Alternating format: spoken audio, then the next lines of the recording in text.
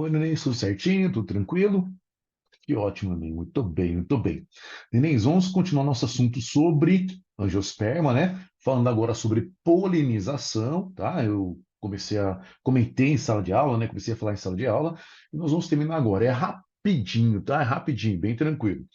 Olha só, quando se fala em polinização, é, nos vestibulares, né, quando se cobra, ou está associado a uma parte da genética, né, ou só para lembrar, então, quais são alguns dos agentes polinizadores, beleza?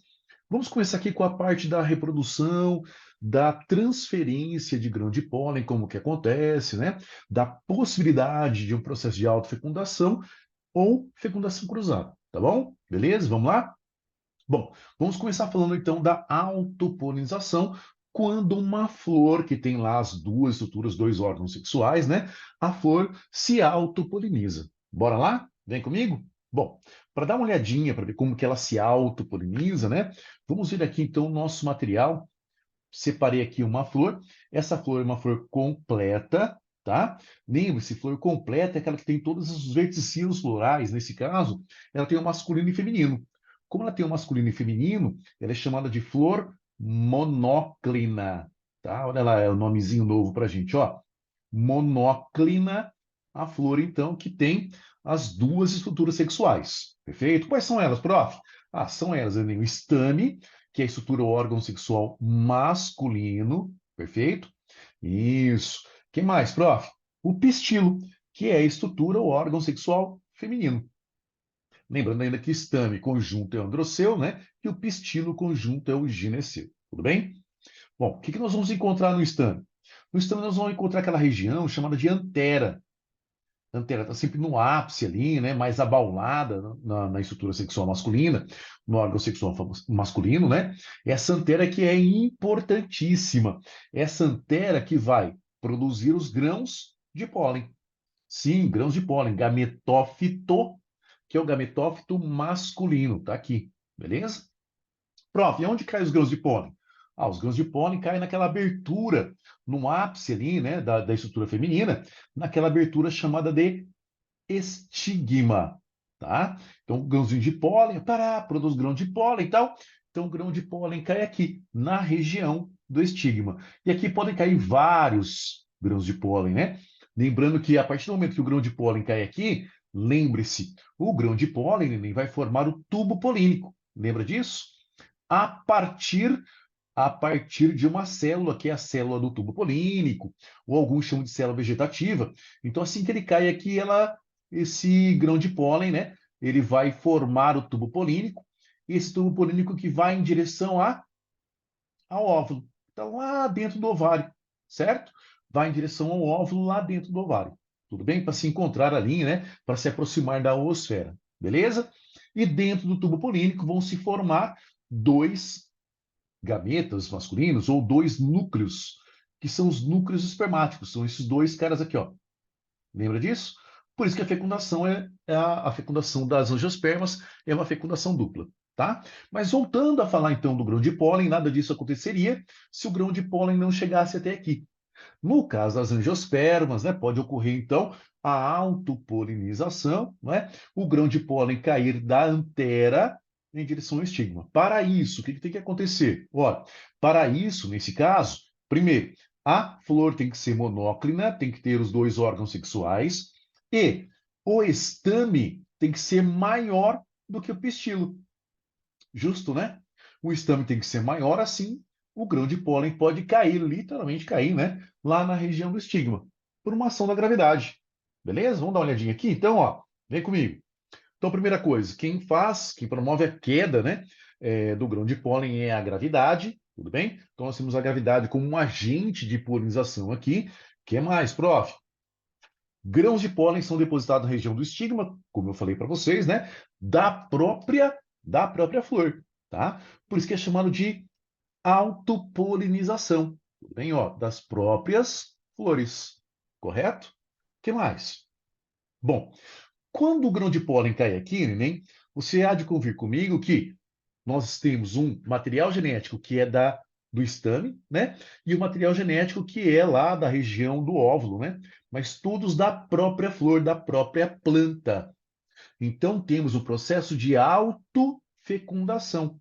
A gente pode chamar também de autogamia, tá? Autogamia. Então, nesse caso, a estrutura com o seu a flor, né, com sua estrutura sexual, ela se autopoliniza. Autofecundação, Enes. Então, sempre que a gente ouve falar de autofecundação ali na evolução, autofecundação, lógico que ela pode acontecer, né? Pode gerar um descendente, mas a autofecundação ela não vai determinar uma grande variabilidade genética. Deixa eu escrever certinho aqui, ó. Autofecundação. Muito bem, muito bem. Agora sim, ó. Perfeito. Ela não vai gerar uma grande variabilidade genética, né? Então a variabilidade genética ela é baixa. Ah, professor, qual a vantagem disso? Bom, a vantagem no caso é que essa planta, ao ter uma autofecundação, né? Essa planta sozinha ali, está numa região abandonada, ela pode ter descendentes. Então é uma planta que não vai ficar esperando por um outro agente polinizador qualquer, tá? A polinização seria muito mais rápida e, entre aspas, de uma forma garantida, tá? Essa planta, então, teria, com certeza, sementes, tá bom? Ah, professor, mas e a baixa variabilidade genética? Bom, se é numa condição, num ambiente hostil, é melhor ter baixa variabilidade genética do que não ter nenhuma, correto? Beleza? Professor, a autopolinização pode acontecer por engano num outro tipo de planta? Então, tem lá uma planta que faz uma polinização cruzada. Pode acontecer sem querer uma autopolinização? Pode. Né? Lembra de Mendel? Mendel fez isso lá com as ervilhas, né? Ele induziu uma autopolinização na planta. Pode acontecer. Só que existem mecanismos evolutivos onde alguns dispositivos genéticos podem intervir ali. Então, quando uma planta que faz fecundação cruzada, quando ela faz autofecundação ou autopolinização, nenéns, quando isso acontece, nós vamos observar que pode ocorrer uma menor quantidade de sementes que sejam viáveis, tá? Então, pode acontecer, pode, não quer dizer que vá, mas pode ocorrer uma menor quantidade de sementes que sejam viáveis. É um mecanismo também evolutivo, né, evolução, para garantir a fecundação cruzada, tá bom? Então, tá aqui tem uma situação de evolução que nós vamos voltar a falar sobre isso, né? Sobre um processo de autofecundação lá na frente em evolução. Vamos falar sobre isso, beleza? Tranquilo, nenéns? Ótimo. Então, de autopolinização, ok. Autogamia, ok. Bom, a maioria das plantas realizam a polinização cruzada. Perfeito? Então, quer dizer que uma flor produz o grão de pólen, e esse grão de pólen vai ser despejado através da polinização em uma outra flor qualquer. Tudo bem? Então, nós vamos ter aqui estruturas sexuais diferentes, de flores diferentes, né? Halo é diferente, gamia, gamos, de estrutura sexual.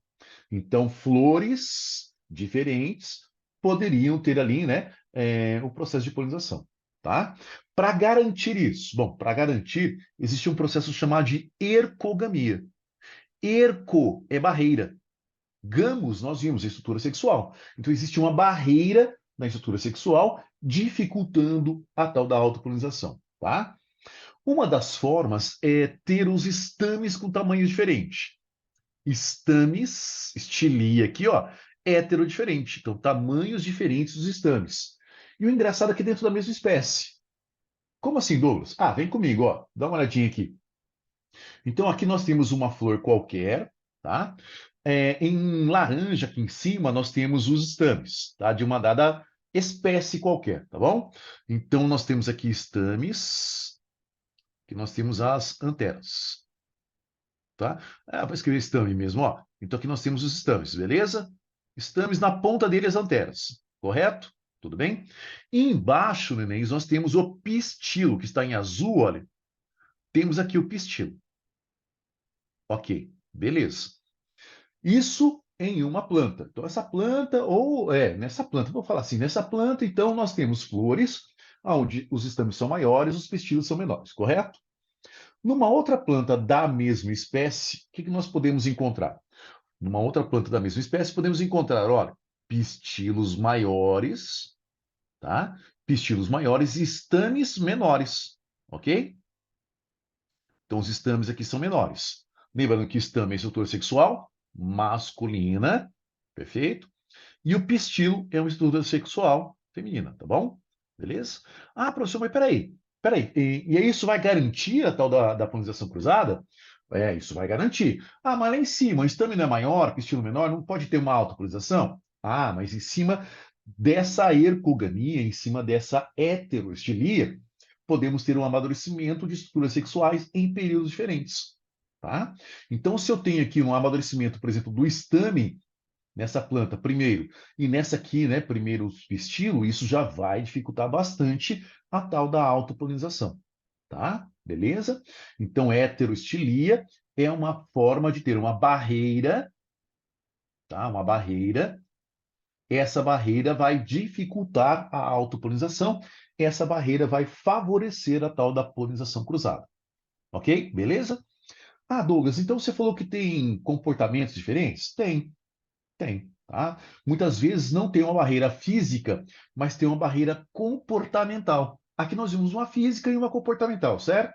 Mas pode ter uma barreira física. Então, só para você não esquecer, ergogamia, barreira, tá? Que pode ser uma barreira física, heteroestilia. Isso acontece dentro de uma mesma população, tá? São flores diferentes, tá? Dentro de uma população, tá bom? Ah, professor, poderia só ter uma barreira física separando os dois? Poderia ter. Poderia ter aqui uma folha chamada de bráctea, e aí essa folha chamada de bráctea, ela pode ter algumas funções, entre elas separar a estrutura masculina da feminina, dificultando a fecundação, tá? Seriam formas de barreira física. Uma outra barreira que a gente pode encontrar é uma barreira, neném, que é uma barreira mais, nesse caso aqui, né, é uma barreira comportamental. Dico vem de Dico vem de trocamento, né? Dicotomia. Então, tem dois caminhos. A estrutura sexual teria dois caminhos. Como assim, Douglas? Ah, quer ver uma coisa? Olha, tem aqui uma planta qualquer, né? De uma espécie qualquer. Então, nessa espécie tem os estames, esses que estão aqui, ó. Então, esses são os estames, tá? Masculino. E esse aqui é o pistilo. Pistilo que é feminino, beleza? Aí, nessa espécie qualquer, temos os estames amadurecendo num dado período do ano, tá? Um dado período qualquer, né? Por algum estímulo, primeiro veio o amadurecimento dos estames. Então, aqui, ó, eles estão maduros. Pronto, estão maduros. E nesse momento, a estrutura sexual feminina ela está imatura. Olha, imaturos.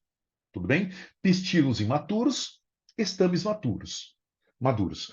Em uma outra planta da mesma espécie, o que nós podemos encontrar? Uma outra planta da mesma espécie, podemos encontrar uma situação contrária. Aonde? Pistilos, tá? Daquela planta da mesma espécie. Pistilos que estão maduros, beleza? E, nesse momento, podemos encontrar os estames aqui imaturos. Ó, estame, estrutura sexual masculina e imaturos. Ah, professor, mas eu não entendi. Volta lá, né? Explica um pouco melhor. Bom, vamos lá? Então, se aqui o estame está maduro nessa planta, e a vizinha dela da mesma espécie, lógico, né?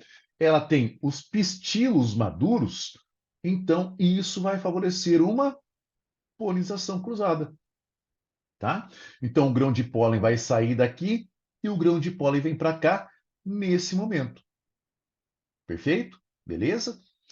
Dificultando assim o processo de autopolinização, favorecendo a polinização cruzada. No próximo momento é o contrário.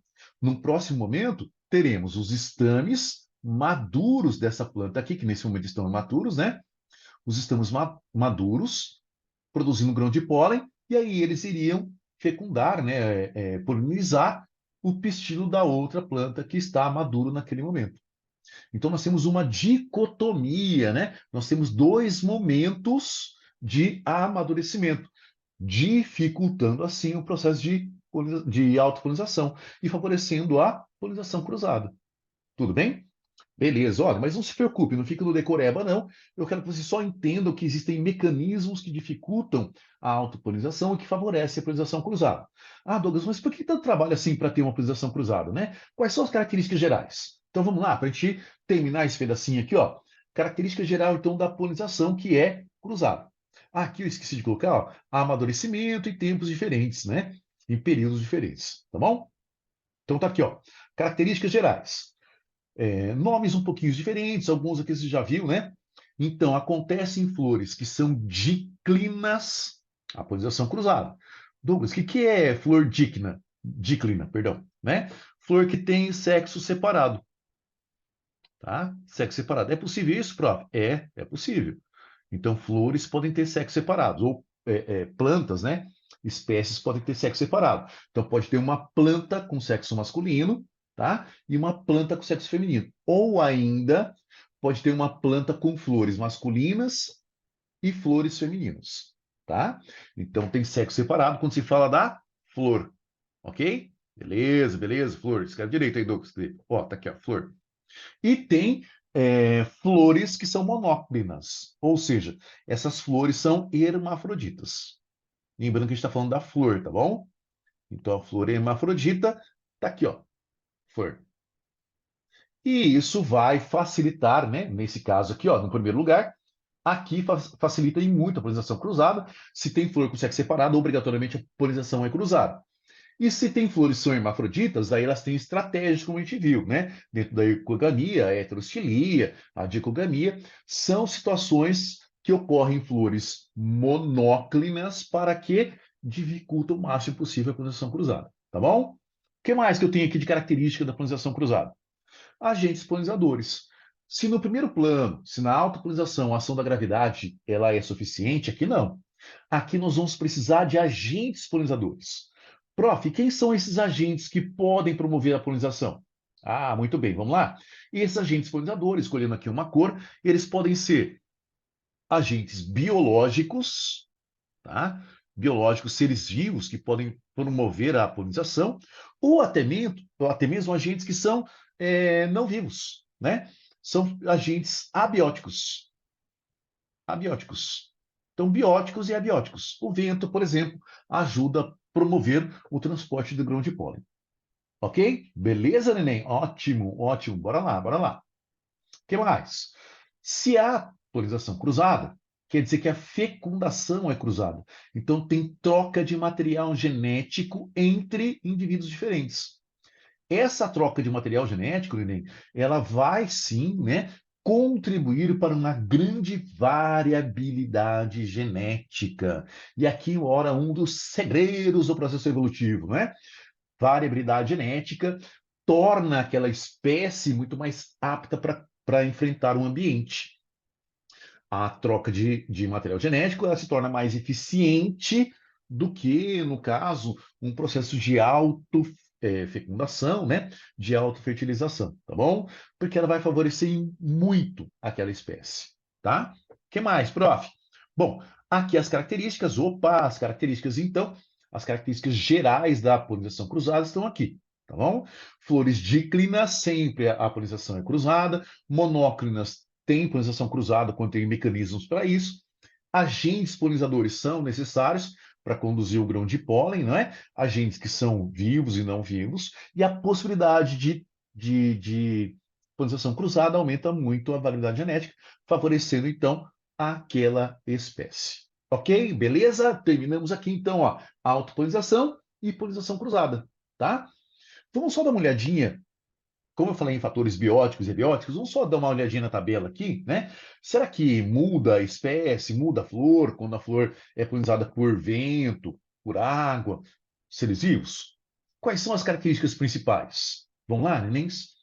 Então, quando eu tenho agentes polinizadores, esses agentes polinizadores podem ser, fazer parte dos fatores bióticos, tá? Então, tá aqui, ó, vou colocar fatores que têm vida, né? Fatores bióticos que promovem a polinização.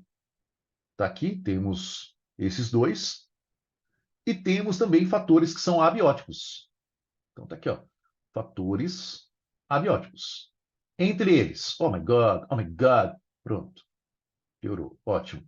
Ó, fatores abióticos. Entre eles temos o vento.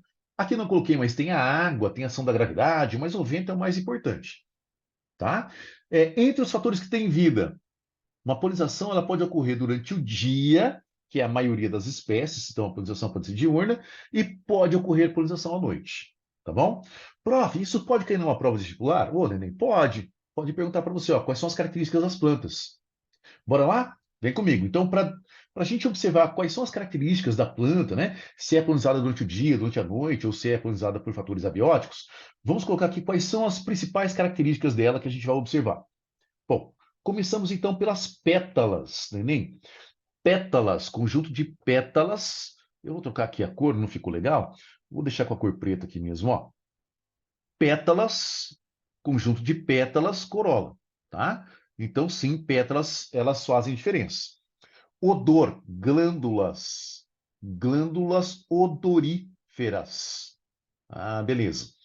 Grãos de pólen, tamanho do grão de pólen, né? Nutrientes, então ele vai diferenciar. E aqui os tipos de polinizadores, a gente vai dar uma olhadinha de acordo com as características da planta. Bora, neném, vem comigo. Então, uma polinização quando ela é diurna. Quando ela é diurna durante o dia, né, tem solzinho ali, ó. Então a visão daquela planta se torna importante. Por isso que as pétalas são coloridas. Então elas são bem exuberantes, vistosas, extremamente coloridas, para chamar a atenção do polinizador. Então é uma característica. Você viu, a flor é colorida, muito colorida. Ah, neném. Então a polinização dela é durante o dia, é para chamar o polinizador, né? Fala, vem, neném, vem, né? Não é isso? O que mais? Ah, ela tem cheiro, cheirosa, né? Então, cheirosa, né? Então, glândulas odoríferas, glândulas que produzem odor, tá? Tem cheiro para chamar a atenção de quem? Do polinizador, principalmente insetos. Ah, professor, alguns perfumes são feitos de pétalas, não é, neném? É pelo cheiro, né? Um cheiro bem atraente. E como são os grãos de pólen? Ah, neném, ó, o grão de pólen tem que ser pegajoso para segurar ali, né? No agente polinizador. Você nunca esbarrou ali numa flor? Esbarrou na flor, aí ficaram aqueles pozinhos amarelos que você bate a mão assim e ele não sai? Pois bem, ele foi feito para segurar mesmo, tá? E ele segura ali, né, gruda no agente polinizador, e como ele tem a certeza que ele vai grudar, a quantidade dele não é grande, então ele é produzido em pequena quantidade, já que ele é adesivo, então ele garante uma eficiência no processo de polinização, tá? Pequena quantidade, tudo bem? São grãos maiores de pequena quantidade. Professor, quem são esses agentes polinizadores? Ah, então durante o dia nós temos borboleta, não é a mariposa, tá? É a borboleta que consegue, no caso, transportar grão de pólen, né? Ela vai atrás de alimento. Então, aqui nós temos uma situação que eu não coloquei aqui, mas temos uma substância, né, glândulas, que secretam néctar, tá? Então, durante o dia também tem aquilo que a gente chama de nectário. Nectário. É uma exclusividade do dia? Não, não é. Tá bom? Então a borboleta vai atrás desse néctar, tal, ela é atraída. As abelhas a mesma coisa, né? As aves a mesma coisa, né? Beija-flor, não é isso? Então beija-flor também. Então aqui temos três exemplos de organismos que fazem a polinização durante o dia, tá? E aqui as características da planta. Melhor ainda, as características da flor. Polinização noturna, prof. E aí, como é que são? Bom, à noite ninguém consegue enxergar direito a pétala, correto? Não é? A corola. Então, as corolas que são polinizadas durante a noite, ou elas são brancas, ou elas são extremamente escuras. Porque a cor aqui não é o efeito principal, né? Não é o chamariz principal. Então, a pétala não vai, no caso, produzir pigmentos que são pigmentos coloridos, mas de compensação, né, nem quando se fala em glândulas odoríferas, elas têm grande quantidade. Então, elas têm atração por odor. O carro-chefe aqui da polinização é o cheiro. Quem nunca passou perto de uma dama da noite, né? Aquela plantinha que está lá no quintal, exalando um cheiro que você sente a quarteirões, né? O cheiro é muito forte. Então, ela atrai o polinizador usando para isso o cheirinho, o odor como elemento principal. Durante o dia pode acontecer isso, prof? Pode. Durante o dia tem plantas odoríferas, tá? Tem flores que têm um cheiro que atrai, por exemplo, tem cheiro de carne podre, né? Para atrair mosca, mas aí é um pouco mais exceção. E aí elas têm lá pétalas com vermelho carmim, né? Neném, mas durante a noite está aqui, é o odor o agente principal, tá? E aí? Bom, aí grão de pólen é a mesma coisa, pegajoso, pequena quantidade, foi feito para grudar no animal, no organismo que está ali fazendo a polinização para ele, tá bom? Quais são os agentes, prof? Vamos lá? Mariposa, Mariposa, lembrando, borboleta durante o dia. Mariposa é noturna, tá? E ela tem a probóscide dela que desenrola as duas, né? A borboleta e a mariposa, que desenrola para buscar, então, para buscar o alimento lá no nectário. Aqui também tem nectário. Muito bem, vai atrás desse nectário, atrás um néctar, ok? Morcegos, neném, morcego é agente polinizador, né? Agente polinizador. Besouros. Professor, mas besouro faz polinização? Faz durante o dia e durante a noite também. Só que o besouro, no caso, né, nem muitos passeiam durante a noite e alguns deles não vão bem assim com um bom propósito, né? Eles vão ali para comer. O grão de pólen tem bastante nutrientes. Então, durante o dia, durante a noite, pode aparecer besouro, sim. Alguns polinizadores são acidentais, porque eles vão para comer o grão de pólen, para devorar o grão de pólen, não é? E aí eles fazem a polinização sem querer, ok? Beleza. E vamos terminar aqui num grupo especial, num grupo que depende do vento. Quem depende do vento para fazer polinização depende de um processo chamado de anemofilia. Lembre-se que isso já apareceu na gimnosperma, tá? Então, dependência do vento para a polinização, anemofilia. Se for da água, hidrofilia, tá? Beleza? Vem comigo, neném, vem comigo, ó, rapidão. Então, aqui, ó, se é pelo vento, ter ou não ter pétala dá no mesmo. Então, para economia de energia, muitas delas não têm pétala. Se existir a pétala, ela não é vistosa. Tá? Um exemplo, professor, gramíneas. Gramíneas. Gramíneas, aqui o trigo, a grama, por que não, né? O milho, são plantas que a pétala é atrofiada. Não são coloridas, você praticamente não vê, tá bom? Tem cheiro? Lógico que não, né? Então, se é pelo vento, não precisa exalar cheiro nenhum, tá?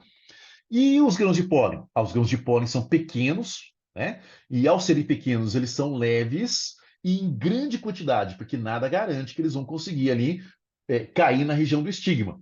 E o estigma, eles têm ali, nenéns, estruturas que são aderentes, adesivas, né? E eles têm também estruturas que se parecem com pelos. Então, a gente fala que o estigma é plumoso para segurar o grão de pólen, tá? Para segurar o grão de pólen, tá bom?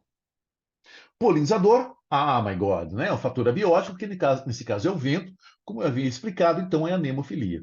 Beleza? Muito bem, Nina. Então nós temos aqui polinização feitas por fatores vivos, né? Fatores bióticos e abióticos. Diferença entre polinização diurna e noturna, tá? E diferenças com relação ao vento, tá bom? Beleza? Para terminar essa aulitia, olha aqui alguns agentes polinizadores, né? Algumas características que nós vamos encontrar neles. Lembra que eu falei da mariposa? Então, neném, ó, aqui nós temos uma mariposa sempre quando pousa, né? Ela vai pousar com a asa deitada junto a um substrato qualquer, igual está aqui, né? Então temos uma mariposa. Olha a mariposa, neném. Olha a antena da mariposa. Deixa eu só trocar aqui a cor da caneta. Vamos trocar por uma cor clara. Vamos colocar amarelo bonitinho, ó. Então, olha aqui a antena dela. A antena dela é extremamente plumosa. Essa antena é para detectar odor, já que a visão dessa mariposa não é desenvolvida para ela diagnosticar a flor no escuro, não, né? Então a flor dela tem pétala branca ou uma pétala mais escura e ela usa sim a antena. Olha a antena dela. Então a antena dela da mariposa, vou voltar a escrever aqui, ó, mariposa que faz a polinização noturna, não é isso? A antena dela é extremamente plumosa. Professor, como se chama mesmo o processo onde o inseto faz a polinização? Tá, neném, ó. O processo é chamado de inseto, né? Entomofilia. Filia é afinidade. Então, essa planta tem afinidade pelo inseto, certo? Falando em inseto, vamos ver aqui um inseto que faz polinização durante o dia, tá? Então, temos um inseto que faz polinização durante o dia. Olha o tamanho dos olhinhos do neném. Olha aqui, ó, né?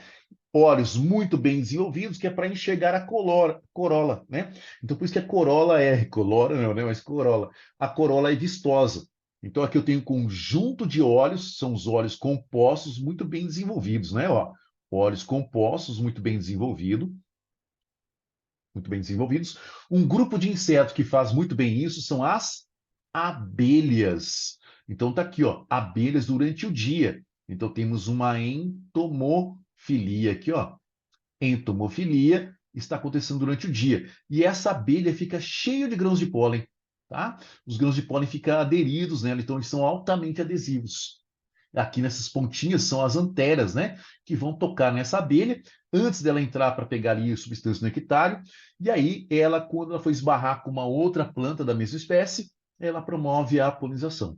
Abelhas essas que estão aí correndo risco, né? Por causa dos inseticidas, não é isso? Agrotóxicos, e elas que polinizam a maioria das plantas que são comercializadas pelos seres humanos. Tá bom?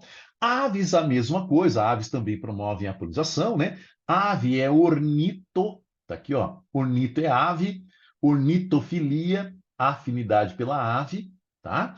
Aqui temos um beija-flor que é conduzido em direção à flor, principalmente pelas cores, né? Então aqui, ó, a cor. Ah, tem odor? Tem, mas aves não têm ali um olfato muito bem desenvolvido, né? Mas a visão delas é extremamente desenvolvida. Elas conseguem vir aqui, conseguem enxergar os elementos que atraem essa plantinha em direção ao seu nectário. E aí, lógico que essa avezinha, eu ia falar, né? O beija-flor, no caso, ele vai ficar com grão de pólen aqui, então ele transporta sem querer o grão de pólen, né? Ornitofilia, não precisa nem dizer que o processo acontece durante o dia, tá bom? Durante a noite, além da mariposa que a gente viu, tem também o morcego. Então aqui nós temos a estrutura masculina, a estrutura feminina de uma flor qualquer, né? Tem um conjunto de flores aqui, algo que a gente chama de inflorescência, tá? Então aqui eu tenho uma inflorescência, conjunto de flores, aqui uma inflorescência, conjunto de flores, tá? E aqui tem o morcego, fazendo a polinização durante a noite. Morcego é quiróptero, quiro é mão, ptero é asa, né? Então quirópterofilia. Então tá aqui, ó, quirópterofilia. Beleza? Professor, é bom guardar isso? Ah, é bom guardar, neném. É bom guardar, tá bom? E finalmente temos o vento polinizando, tá? Aqui a estrutura, olha, repare que essa estrutura aqui, né? Que é uma inflorescência, um conjunto de flores com estigma plumoso, tal, né? Ele vai ser polinizado pelo vento, aí uma grande quantidade de grãos de pólen vai ser produzido, tal, não é isso? Aí pelo vento, o processo chamado de anemofilia. E essa aqui é uma gramínea, é um milho. Tudo bem? Belezinha? Bom, neném, espero que você tenha compreendido. Aqui são as características principais da polinização. Tá? Em aula, então, nós vamos realizar os exercícios. Grande abraço, neném. Muito obrigado pela atenção. Até mais. Tchau, tchau.